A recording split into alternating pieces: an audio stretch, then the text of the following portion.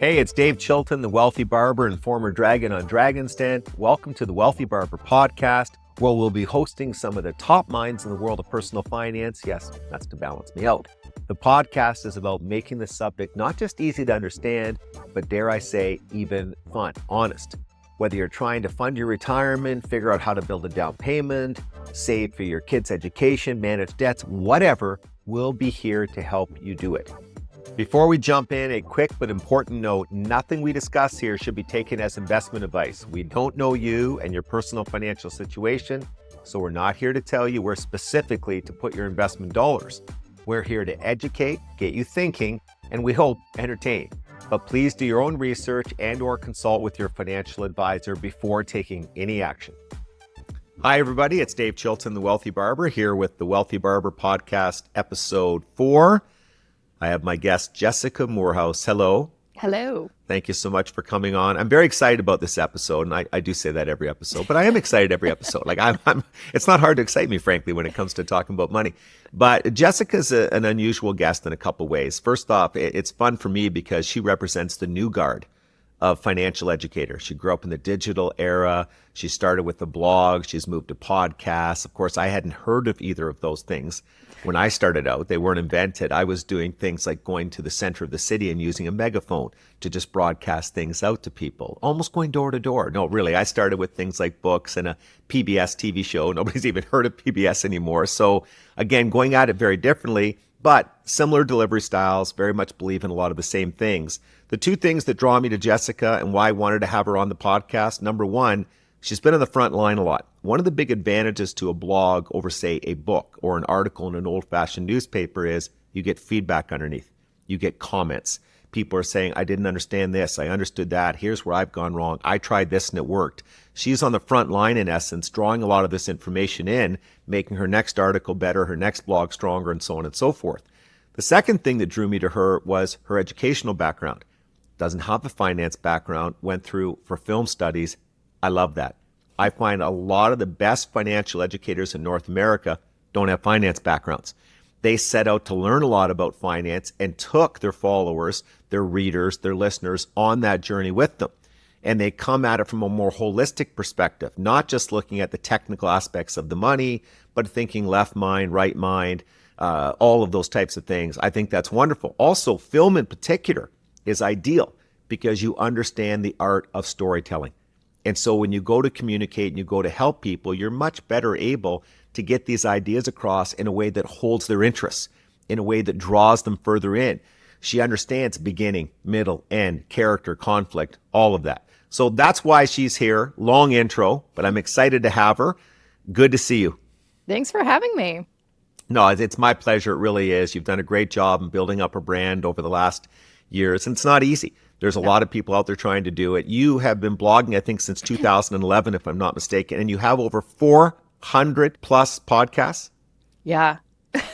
Like, that's crazy. Yeah. And that doesn't include, that's only the episodes I put numbers on. There's a bunch of solo episodes and short episodes. Like, I've tried so many different things along the year. So I think in total, there's probably close to 430 or 440 or something like that. But it was a lot of work in the beginning years because technology certainly wasn't what it is now. For sure. I remember asking you to be on my podcast and you're like, how do we do this? I'm like, Skype? And you're like, I don't have Skype. I'm like, then I don't know how to record you.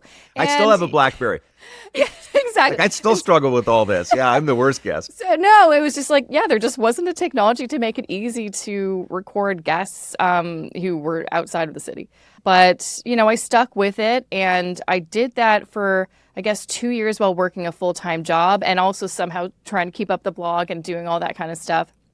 And in 2017, I made the decision. I was unhappy with my job anyway, so I was going to leave anyway. But I'm like, you know what? Maybe this is a good point in life. I also turned 30 and had like a crisis of what am I doing with my life, and decided to quit my job, which was in corporate marketing, and thought, let's try to make this into a full-time gig. Let's give it a go. And it's been about 8 years, and I'm never going back.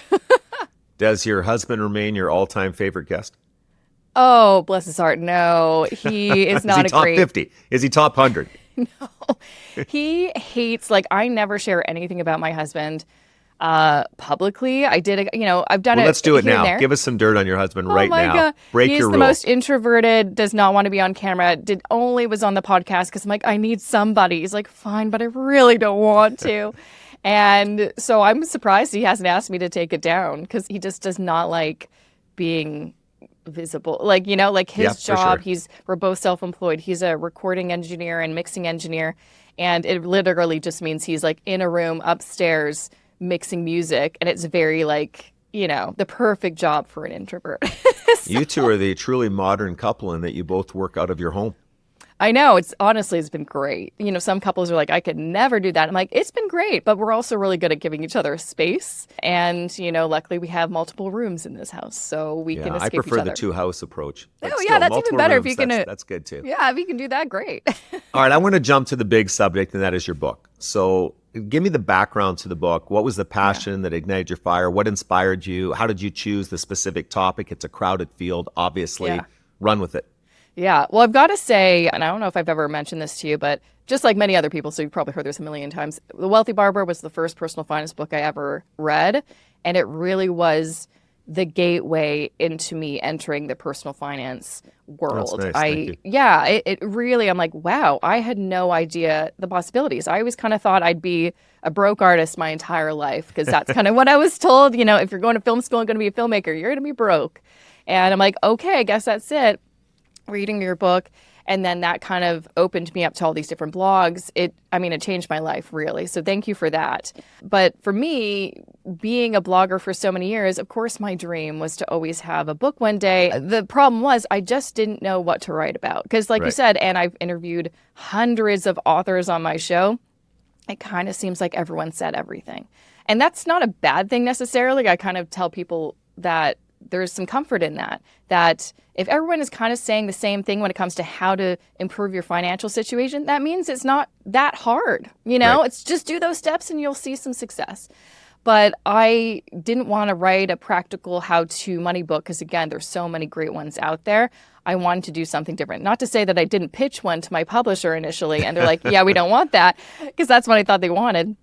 They looked at my proposal and I had this one line that I'm like, oh, I'm also going to touch on topics like how trauma and societal injustice and behavior also impact your spending habits and things like that. But that's just going to be a little section in the book. They're like, no. Actually, we want a full book on that. Can you Interesting. rewrite your proposal and pitch it to us? I'm like, sure. No idea how to do that. I am not a psychologist. I am not an expert in that field at all. And so I was faking it till I made it, rewrote the proposal within a month, pitched it to them, and they're like, yeah, let's go. I'm like, oh, shoot. Now I have to write the book. And so it was the imposter syndrome was so real at that point, but I also felt like this was such an important book to read, and I had to write it because I've been talking to people for over a decade about what their problems with money really are. And what I always kept on discovering is most of the time it's not a financial issue. It's not a financial literacy issue for most people. So many people I've talked to, they're like, I read all the books, I've done all the things, I'm still messing up, I don't know why. And so that's kind of how the title came about is, most people's problems with money have nothing to do with money. They're actually about everything but money. And so that's really what I wanted the focus of the book to be on was why do so many Canadians, Americans, people around the world struggle with money when they're earning enough and they're just keep on making kind of dumb mistakes. And it's not because they're dumb people or they don't know anything about how to manage money properly. They just keep on repeating patterns and where those patterns stem from. And so that kind of led me to doing a ton of research. I felt like I was doing a PhD. And part of it was also going to the most therapy I've ever done in a very short amount of time to learn more about myself, my own money story, my own relationship with money, because I always thought it was fairly healthy. I mean, I'm good with money, so what's the problem? And what I realized was actually I had a very unhealthy relationship with money. Interesting. Yeah, and most people do, unfortunately. That's why, we make certain choices. And for me, what I realized was a big reason why I was such a workaholic for so many years and put more importance on earning money and, increasing my net worth and income and going to the next level in my career instead of maybe focusing on my relationships, how I can be a better community member, how I can make myself happy and do things just for fun instead of being productive. It really was this idea, this deep, childhood trauma thing that I was carrying for my whole life of, I just want to be seen and heard. I'm a middle child. That has a lot to do with it. A lot of other things had to do with it. And I thought that if I could be successful financially and career-wise, people would pay attention to me, and that would fill a deep, dark void that I've been carrying around with me. And so that's my kind of story. And then I got to interview, during the process of writing the book, a bunch of amazing people that followed me, and I just, regular people from across the country and in the US, to find out their own money stories and what is their background and what were some of the lessons they learned about money growing up that they still carry with them that are really not helping them. And so that's really what it's about, is helping people figure out what's going on, why, and how can we move forward, because we can't carry this baggage with us forever, because you're just going to keep repeating the same mistakes. Now, it's unusual for an author to start an answer with, I'm not an expert in the area I'm writing on. I like that kind of honesty. However, I think that often, again, can work to your advantage, because you're forced to go out there and do a tremendous amount of research, connect with a lot of other experts, walk through with people, and you see how best to communicate it. You're learning. And so you're passing those learnings on, and you're taking out what doesn't matter. You're putting in what does. You're highlighting it with different examples you've garnered. I think a lot of that makes sense. And at the end of the day, all that matters is, does the book help? And I think one of the things you've done is you've chosen a subject area that's not gotten as much attention as it deserves. And so I think that's very interesting. And I like a lot of what you're saying. I think people do battle a lot of emotional issues around money. And I think things they've grown up with, the example their parents often set, has set them on their course, et cetera. What kinds of things are you talking about in the book? So give us an example that we can sink our teeth into. There's a big chapter specifically on what are some of these lessons or beliefs that we adopted kind of blindly from our parents. And it's funny because, when you're a child, you kind of believe that your parents are geniuses and they know everything. My parents are geniuses. I want to go on record as saying. No, I did grow up with genius parents, so it's good. Well, in my case, it's true. Well, look at you. My parents did a really great job, but looking back, I'm like, oh my gosh, they had kids really young, in their 20s, for goodness sakes. And I'm like, they were babies when we were babies, Right. And so a lot of the things that they did, it was all they knew. They were doing the best they could. But then I adopted a few things that, man, I really want to let go. And I'm still working through. And that's the other thing I should mention is, even though I offer solutions in the book, there's no such thing as a cure. It's a process. You have to kind of recognize when things happen or flaring up, and then okay, what are the tools that I can utilize?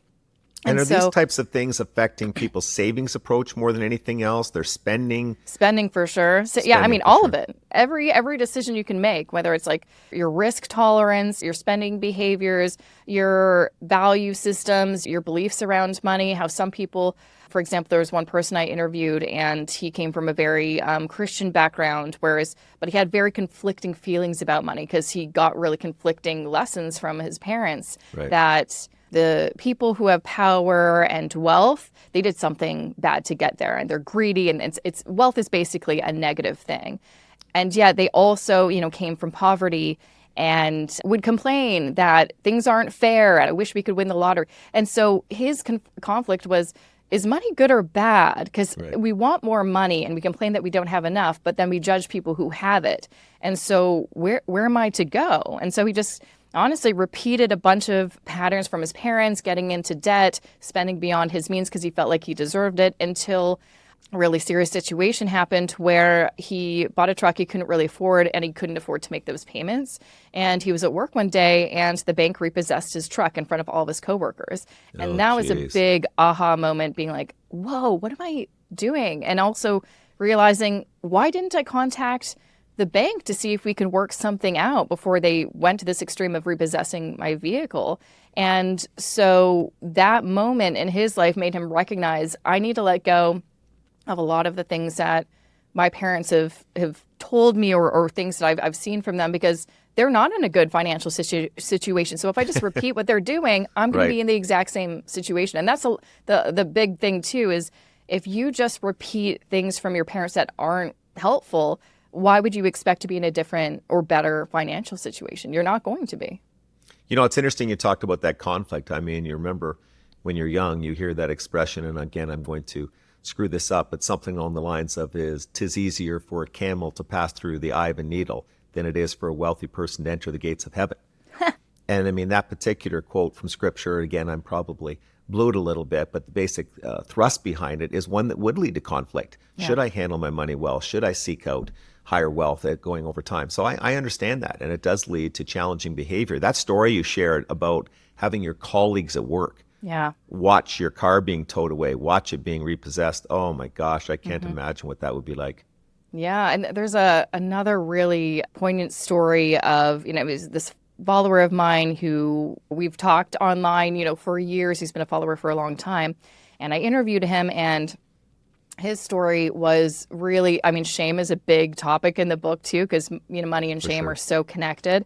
And he didn't realize up until maybe his 40s that he was carrying a lot of baggage and a lot of shame around money. And a lot of it had to do with how his father communicated about money to his kids. And usually just offhand comments, never direct. And that's usually how we learn things. It's not direct lessons. It's something we overheard and then we just stick to us for years to come. And his dad would always complain about how things were so expensive and, if I didn't have all these kids, I'd have a better life. Like, he'd blame his children for the financial situation that he got himself in. I do that all the time too. I actually am a big believer in that. Yeah, I don't know about that.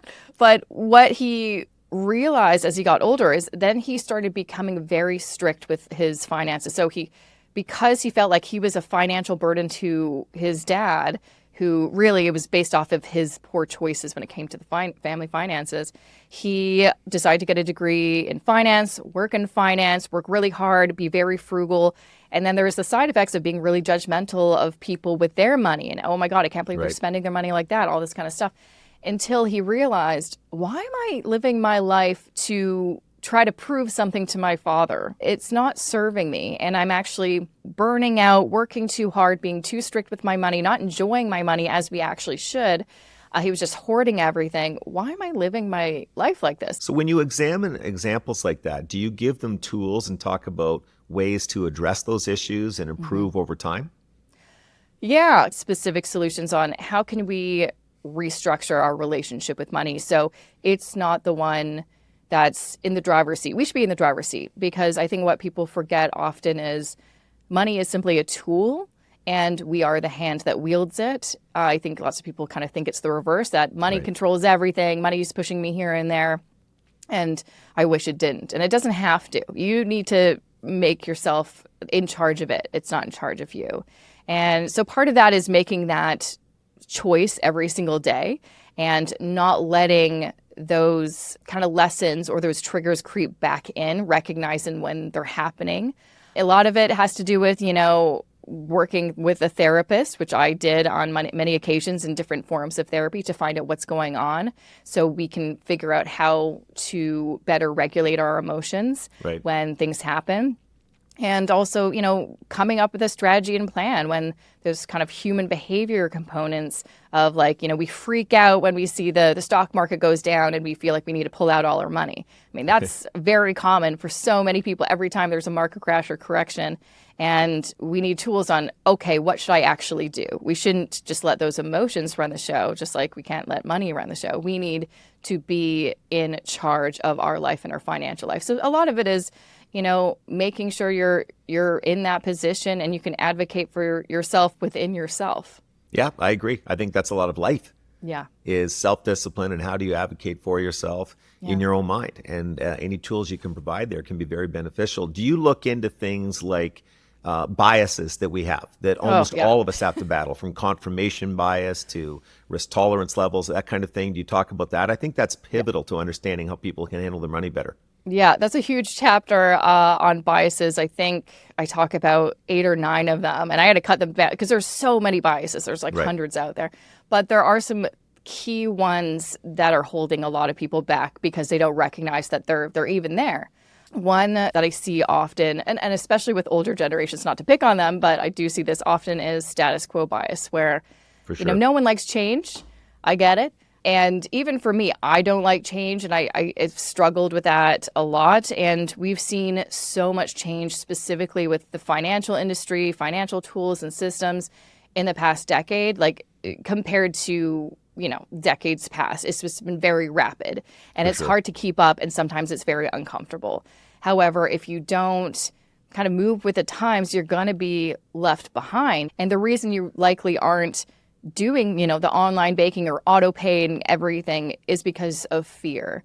And a lot of people are very fearful of money and change. And so when you kind of combine both of those, you're going to be making poorer choices than you could if you didn't, maybe instead of buying these really expensive mutual funds that are charging me 2.5% MER, I should look into a robo-advisor that basically does the same thing, much cheaper, save more money in my retirement portfolio, like hundreds of thousands of dollars extra in my retirement portfolio by the time I retire.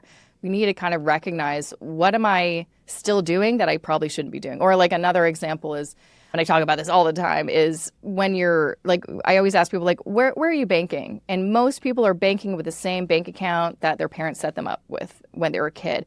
And I always ask them, so why are you still there? And part of it is like, well, I don't know. It seems like a lot of work to change banks. I'm like, but you're paying all these monthly fees. Are you actually getting the value of the service that you want? There's other options out there that are cheaper, that are going to get you more. Why wouldn't you take advantage of all these, opportunities that didn't exist, at least 10 years ago? And a lot of it is like, I'm fine where I am. But you could be saving hundreds of thousands of dollars. It's amazing what a powerful force inertia is. Yeah. I mean, it really is. This is a stat from 30 years ago. It's no longer true. But at one point in Canada, the average person had more spouses in their life than banks. Oh. Yeah, I think it was 1.3 to 1.2 or something. So it's kind of crazy. And you're right. There was a huge reluctance to change. And there weren't a lot of other options, frankly. Yeah. But now there are. Now, a lot of people don't change because they don't feel comfortable doing the initial research. Yeah. And they don't know which institutions to trust. I mean, one thing you have to give the banks is that they've been around a long time. They're known and respected brands, and people feel comfortable with that. Mm-hmm. So they almost need somebody like you to point them in the right direction through the blogs, through the podcasts, and say, we've done the due diligence for you. Here's a good opportunity. Rob Carrick does a lot of that with the Globe and Mail, et cetera. And I think that a lot of people need that because, again, they're not necessarily going to feel comfortable digging in on their own. And I think that really stems from, too, not trusting yourself and your own knowledge. A common thing I hear from people is, I'm bad with money. I'm not good at money. And you're like, well, you can be good at it if you want to, just like any skill in life. I mean, sure, there's things like I'll probably never be good at the violin. Because I feel like there are some things where you need artistic talent you need to have a good ear. I do not have a good ear. But for things like personal finance, anyone can learn this stuff. It is not that complicated. I think the issue is there are a lot of players out there that want to make it seem like it's more complicated than it is. And there are some complex areas, but you probably don't need to go in those areas. You probably don't need to learn about, puts and calls. Like, you're good. You don't need to touch that. I agree. In fact, I think one of the most important teachings in all of personal finance is that this stuff is not that complicated. No. And there are all kinds of complicated instruments, but they don't work particularly well, at least from the consumer's perspective. They do from the seller's perspective in many instances. But this stuff, again, is relatively straightforward, and that's a key message people have to get. I've often said that if you put together a high school course, you could teach a lot of this in 10 lessons. You don't need to have years and years and years of financial education to close the financial literacy gap. It's not that complicated. It is tricky, though, with kids. It's very tough with kids because a lot of times they don't have money yet. Or the motivation, or they just don't care. Yeah, they don't care. You have to gamify it. Like when I go into a classroom, it's all about gamifying it. It's about turning it into trivia. It's about turning it into contests. Then their competitive instincts kick in, and that tends to work very well. If you just stand there and lecture, you're right. Yeah. They often can't give you their attention. But I think that this is relatively straightforward. Mystery is margin. And so you have a lot of entities in this industry that benefit from people thinking it's complicated and are happy to push that narrative at all times because that's how they support pretty high cost products and high fees and so on and so forth. The good news is there are now more and more players every year who are doing the right thing. Who are emphasizing education, who are trying to bring fees down, who are saying this isn't that difficult, who are taking a more holistic approach. The trends are good, but we're a long way from being where we need to be. When you look at all of the biases you see out there, I mean, overconfidence bias is one I'm doing a video about later today. I see that mostly, by the way, in males under 35 trading in their own accounts. Absolutely. You see it over and over again. The data is fully supportive. In fact, the data is bizarre. It's how poorly these people are managing their money. It's quite shocking. And, they're saying now it's because of testosterone. That testosterone makes people much more likely to embrace risk, including imprudent risk. And that's why it tends to be almost an exclusively male problem. Mo and I were talking once and saying of all the portfolios we see, it's an exclusively male problem. We don't see young women doing crazy stuff with their money inside their RSP and TFSA. No. It's a male issue. Do you see the same type of thing? Yeah, actually, there's a chapter on overconfidence bias, and I think I pulled some stats that shows the exact same thing. And there's also stats that prove that women are really good investors when they have the opportunity, the means, and the confidence to do so. I think speaking as a woman, especially when it comes to investing, the biggest barrier for me was feeling like I wasn't invited into the boardroom to actually start investing. I always thought investing seemed more complicated. Like I didn't understand it, but no one ever taught me. And the space is very male. And so it was a very scary space to enter to try to teach myself about investing. But then once I learned it, I feel like the curtain kind of shifted, and then you see, oh, this isn't that hard. Why did everyone make it seem like it was? And I can learn this, and other women can absolutely learn this. And also, we are less emotional and better investors, and there's historical data to prove it. And so we need to get out of our own way and do it. But yeah, the stats do show that men in general, especially young males, are more overconfident, think they have better financial literacy than they actually do. We need to dial it back and realize, it's okay to acknowledge that you don't know everything. But again, that's also a whole other issue. It's hard for a lot of men to admit that they don't know something, because I think young boys, I think it's getting better now, but a lot of them were taught that isn't okay. You have to pretend like you know everything, because otherwise it looks like it's weakness. That's been a huge advantage for me. I've been not sharp for so long.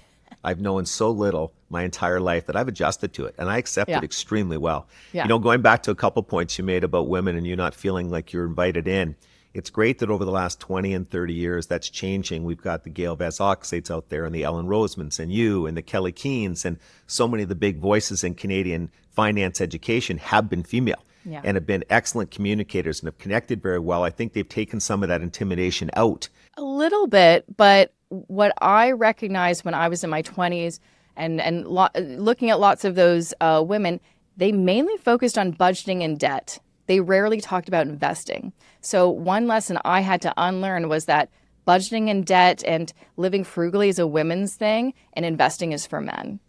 Because now it's getting better. There's a lot more women talking about investing, thank goodness. But back in the day, none of them did. And so I thought it wasn't something for me.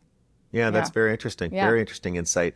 Going back again to the women being superior investors, I think the data is very, very compelling that one of the reasons is that the stereotype of women being more patient has proven to be true. Yeah, when it comes to investing. Yeah, it's absolutely true. You look at their holding periods for index funds, et cetera. They're much longer than they are for the average male. I see it over and over again as we institute plans with people. The woman is much more likely to stay the course and not panic. In fact, in a good news front, not even pay that much attention to the ups and downs of the marketplace, because they are thinking 10 and 20 years out. I said jokingly in a podcast before, I think it was with Preet, we've got to get rid of men when it comes to money management. After doing this for 40 years, I think women tend to be better at it. So let's let them do it. We've got a lot of good things going for us. We need to remind ourselves that, these are really good behaviors and skills that we can bring into investing. And, everyone should be more patient and calm and unemotional when it comes. That's literally the only way you're going to be a successful investor, is if you take emotion out of it. Yeah, absolutely right. In fact, interestingly, a colleague of mine who's done very well, when he gets ultra emotional, like when he feels every part of his body says he should be selling, he buys. Good. And so he has been able to harness the power of his emotions by going against them. Mm-hmm. And he's done very, very well. The premier example was in March of 2009, when he said he literally wanted to hit the sell button on his entire portfolio. Mm-hmm. And because it was so strong an urge, he put the cash he had into the market. And of course, the markets went on a roaring rip. And I think so you can harness it that way. I don't recommend timing the market and trading to most people. But the point is your emotions guide you to almost the exact wrong thing over and over again. What I've seen, and I've talked about at length with my father, is the people who are best at this don't manage their emotions. They don't let their emotions get involved because they're not paying that much attention. So most of the best investors I know have kind of set it and forget it. And they'll look at it every so often just to make sure things are moving along and for comfort reasons, but they're not looking at it on a daily basis, even monthly. They're looking at it on an annual basis, and that seems to be a good formula for success. Yeah, well, it sounds like your friend was able to do what a big kind of solution, big thing that everyone should be doing that I talk about in my book is understand how to emotionally regulate. And so when we see like the market drop, it is a very natural human behavior, and it makes a lot of sense why when we see basically everything go down that we want to save our baby. We're like, oh my gosh, we need to save our money. And so we need to get the heck out. Just as if, hundreds and thousands of years ago, we were being chased by some animal. And we get this fight or flight feeling that we need to do something. And we think because it's like an instinct, we should follow that instinct. It's a natural thing. But when it comes to finances, you actually have to do everything opposite to your instinct. And you have to recognize, ooh, why am I feeling really anxious or really, intense emotions, this fight or flight emotion? How do I deal with that? And you got to recognize that. Maybe you got to think about where's that stemming from. Got to remember the age-old advice is like, do nothing, just stand there. And then do the opposite. Or, sometimes that is too difficult because that is like, wow, you've got your emotions on lock when you're able to buy more instead of sell. Even just don't touch it. Don't touch it. Don't sell, don't buy, just don't touch it until you can get back into that place of emotional regulation and then more logically and long-term again. Yeah, that all makes perfect sense. Easier said than done. But I do think people are becoming better at that, by the way. Yeah. Like I really do. I'm seeing less panic now with big market pullbacks than I did years ago. People are tending to stay the course more effectively. In your field, when you're dealing with people in all the feedback sections, are you seeing more and more younger people go to platform investing? Are you seeing more of them use index funds than were 5 and 10 years ago? Oh, yeah. I mean, no one knew what an index fund was, 10 years ago. I remember I was looking like when the first maybe year of me reading blogs, I stumbled upon it. I think it was Rob Engine and his blog Boomer and Echo, and he was talking about it. And then he was talking about how complicated it was to buy an index fund in Canada. Really, it's like you have to do these steps and then you have to do this paperwork. And I'm like, well, if it was easier, I would do that. And so I didn't. But now there's a lot more information about it, a lot more accessible information that really talks about it in language that we can understand. And now, there's platforms where you can download the app on your phone and get started within minutes. Good and bad about that. I think it's great when you're doing something very simple like index funds, but can be dangerous if, now you can, buy stocks. I just saw Wealthsimple is now going to add margin accounts. And in general, lots of, discount brokerages have that option. Wealthsimple, though, their demographic is young people, and they're basically just the Robin Hood of Canada. That's just going to incentivize people to borrow money. They don't have to buy stocks that are going to tank, and they don't know the risks they're taking. So there's good and bad about the evolution of Fintech, which I'm conflicted about. But the good thing is I do see a lot of people doing better than they would have. I wish lots of this information was more accessible and openly available when I was in my 20s. I probably would have done a lot of different things with my investments specifically if it was more accessible. So I think in general, I'm happy with how things are going, but people always just need to be cautious. There's always something to be like, but don't do that. But, just be careful. Be careful out there. When people listen to all of this, they say, great, I get on top of the mental challenges, the emotional challenges, but the bottom line is I'm not making enough money relative to my costs. Yeah. It's basic arithmetic right now. Even if I do everything that Jessica's teaching effectively, how do I build up my down payment fund? How do I handle this new high cost of living in this crazy housing market, et cetera? What do you say to those people? Yeah, that's a common story I hear often. I do think it's also specifically an issue with younger people because you're thrust into this, the real world. You have certain expectations, And then you realize, wow, okay, it's a little different than I thought. I mean, I felt like that in my 20s. I graduated in 2009. It was not what I expected. I thought I was going to get a degree like I should, get a job, move to this city and live my adult life and have a great time. And there was a lot of unemployment, underemployment, was broke for most of my 20s, worked multiple jobs, all this kind of stuff. Not what I expected. And I unfortunately see the same patterns with 20-year-olds now. You know, lots of them have side hustles. That's a term now. That wasn't even a term when I was in my 20s. And, you know, working a job that should be paying them an actual living wage. And then, you know, mortgage, like to buy a home, you need $1 million, you know. Crazy. And so, but when you just start kind of going and spiraling and be like, well, everything's impossible, then you get into this place of just despair. Like, what's the point? And we never want to get into that place. It's hard to get out. And it's a very strong emotion. And when you are living in despair, there's no space for hope. And that means if you don't have hope, then there's no motivation to take any kind of action. You've got to believe that even though things are maybe not where you want them to be now, baby steps will allow you to improve your situation. And I'm proof of that. Again, I did not make a very good income up until age 30. And I was always ashamed of that. I talked to friends or other, you know, people in the personal finance space, and they were making double what I was, sometimes triple. And I was so ashamed that I was working 2 jobs and could barely, you know, keep up and put a couple $100s into savings. And, you know, it does get better as you get older, as you become more valuable as an employee, or you can start a business and you have some skills, and there are so many more opportunities to earn money than there was 10 years ago because of online. I mean, now, like when I worked multiple jobs, I worked a day job as a sales assistant at a newspaper. And then at nights, I would be a teleprompter operator for the news. And I had to go to these physical locations. It was exhausting. Now you can, you know, finish your 9 to 5, go home and, you know, do remote work and make some extra cash. And also it's easy to kind of hop in and hop out. So this is like a better time than it was when I was in my 20s. A lot of people who are younger may not think that. And I totally get it because I also felt the same thing when I was that age. But I will say that you have to focus on what can I control? What do I not have control over and I have to just let go of?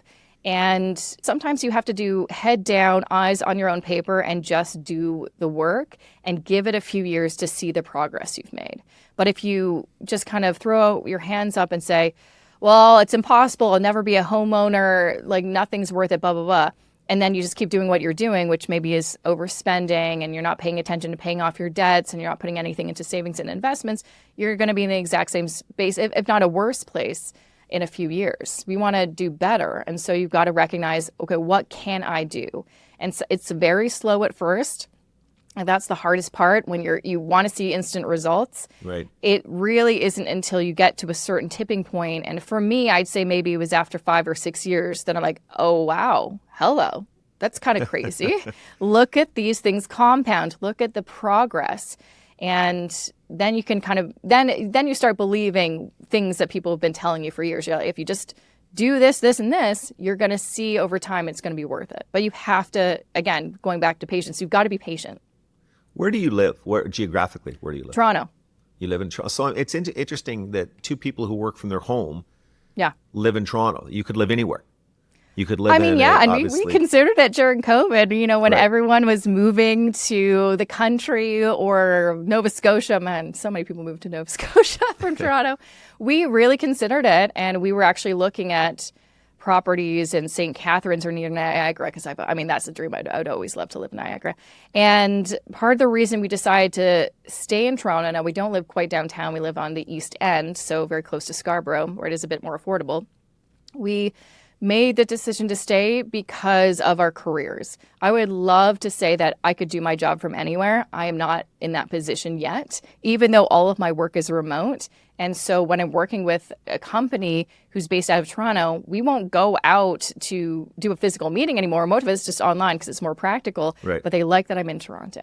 And a lot of the things that I do is because I'm Toronto-based. And same with my husband. He works in the music industry. He's very dialed into the Toronto music scene. He has to be here. And so living a couple of hours away just was not practical for our careers and our goals. Yeah. So even though you're remote, when you actually execute the work, Yeah. the connections and some of the relationships are still local. And Yeah. it helps for you to be there. And that's I'm not interesting. famous enough to be able to live wherever I want. One day, that's the dream, but not Yeah. yet. Well, you're still young. You're still young. We've all figured out how old you are because you've told us when you Oh, graduated, yeah. et I cetera. mean, I decided a while ago I'm not going to pretend to hide my age because I think that's so silly. And that's also, again, a thing that women are told, don't ever reveal your age. I'm like, I was so annoyed for so long in my 20s that people didn't take me seriously because I was younger. And so now I'm like, no. I may look not my age because I've got some good genes. I don't know. But no, I'm almost 40. I'm 38. And so I'm proud of that because for me, that shows, look at how long I've been studying this and doing this. I know what I'm talking about. I do the opposite of a lot of people. I tell people I'm 85. You look great And for then, 85. yeah, exactly. I like hearing that compliment, and I'll take it every time. As you get to be my age, people don't take you seriously for that reason. So, Dave, Yeah. you're too old. You've Even missed as your- a you've man, I missed feel it. like in general, a man in finance who's older is in general pretty respected, no?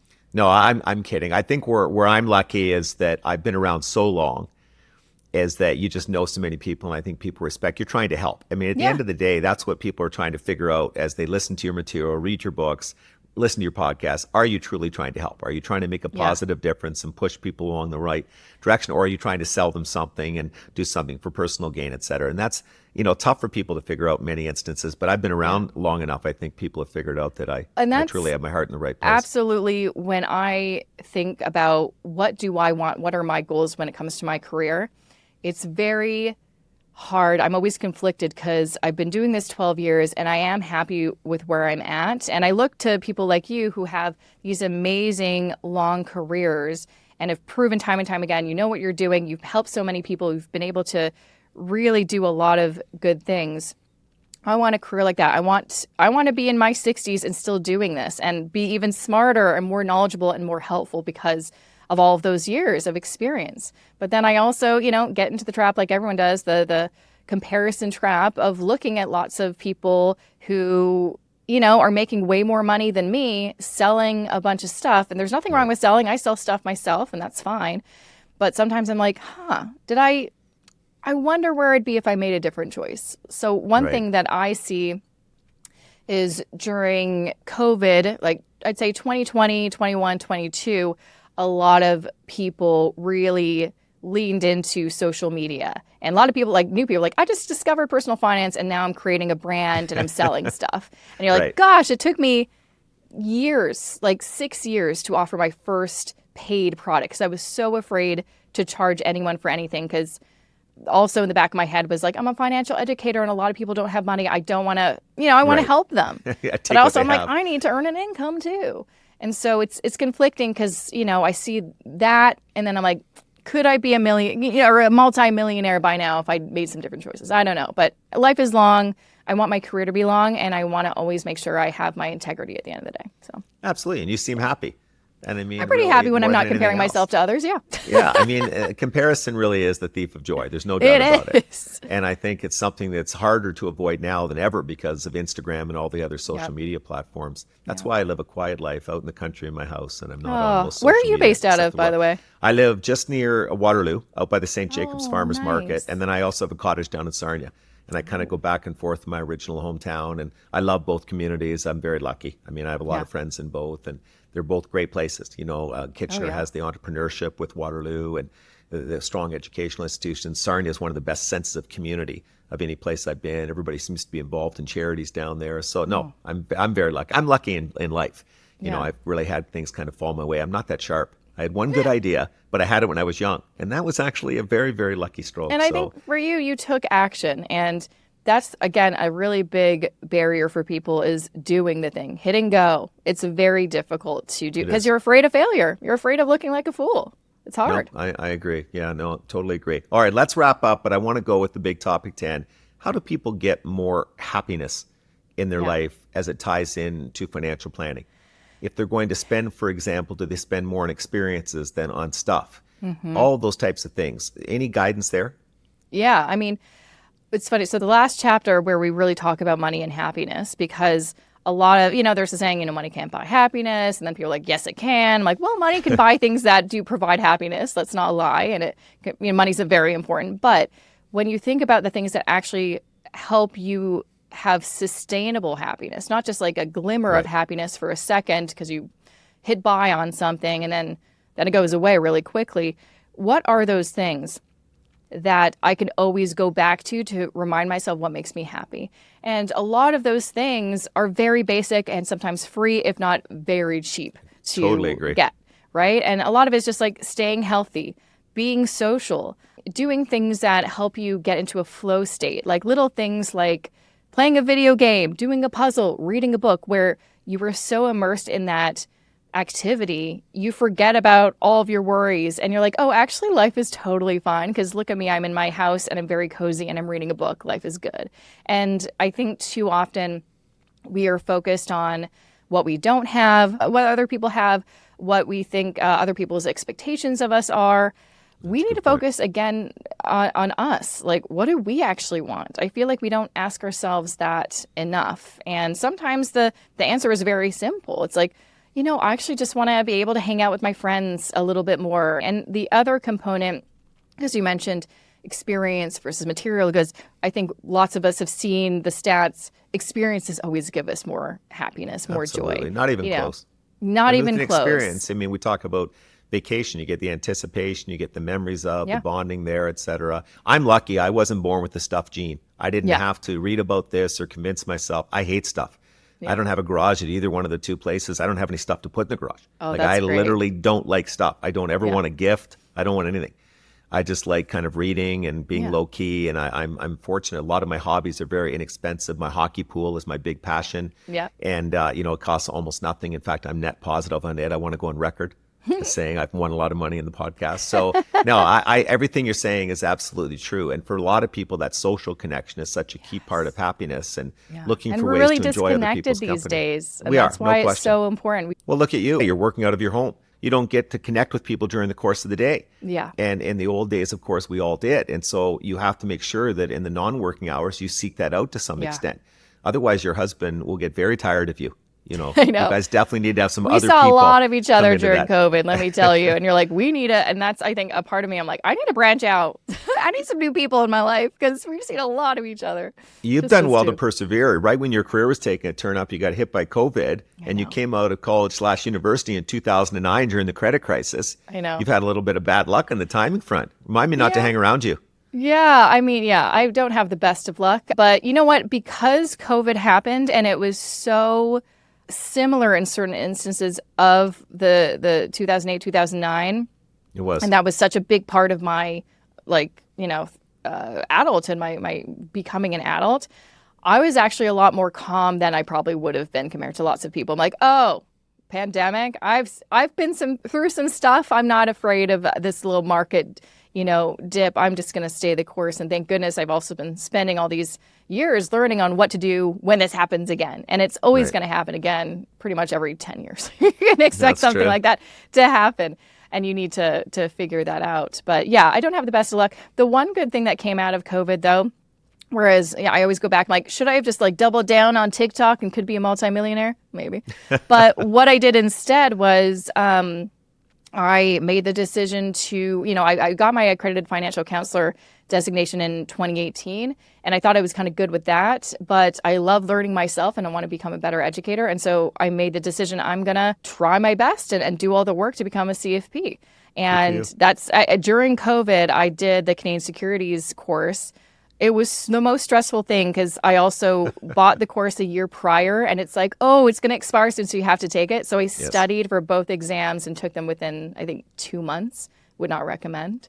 And also I had to do the test because they didn't have virtual tests. I had to go to a location with my mask on with all these people, no vaccines yet. I'm like, is this how I die? Taking an exam? Do you want to know what a financial geek I am? I took the Canadian Securities course, of course, starting out. I didn't even open the books. I just drove down and wrote the exam. Okay, so you Because are a genius. You are I'd read smart. so I had to much study like hell. on finance. I don't know if it's intelligence or just reading so much. I'd Maybe. read so much on finance that I was able to just kind of drive down and and write it. And of course, we all had to write it together in a room with a proctor and all. You don't hear the word proctor as much now as you once did. So, well, you've overcome a lot and you're helping people. And that's what, at the end of the day, matters. I've enjoyed the interview immensely. Good luck with the book. It comes out December 31st. And the title again for everybody? It's Everything But Money, The Hidden Barriers Between You and Financial Freedom. And you can pre-order now. And if you go to jessicamoorhouse.com/book, so just the book page on my website, it has information on where you can pre-order. And also if you do, you get a bunch of amazing extras and freebies, worksheets, things that are connected to the book that I make available to you for free if you pre-order. But you don't get a Wealthy Barber hat. I mean, I wish. You do. But I do. You do for sure. Oh my gosh, I'm else so does. excited. And is the book available at Chapters and Amazon and all once the it's normal out, places? it's available in Canada, US, all major retailers, Indigo, Chapters, Barnes & Noble, everywhere. But also, I'm always telling people, support your local bookstore, and it should be at lots of those local bookstores as well. So. That's great. Okay, well, listen, really enjoyed having you on. Continued success to you. Thank you so much.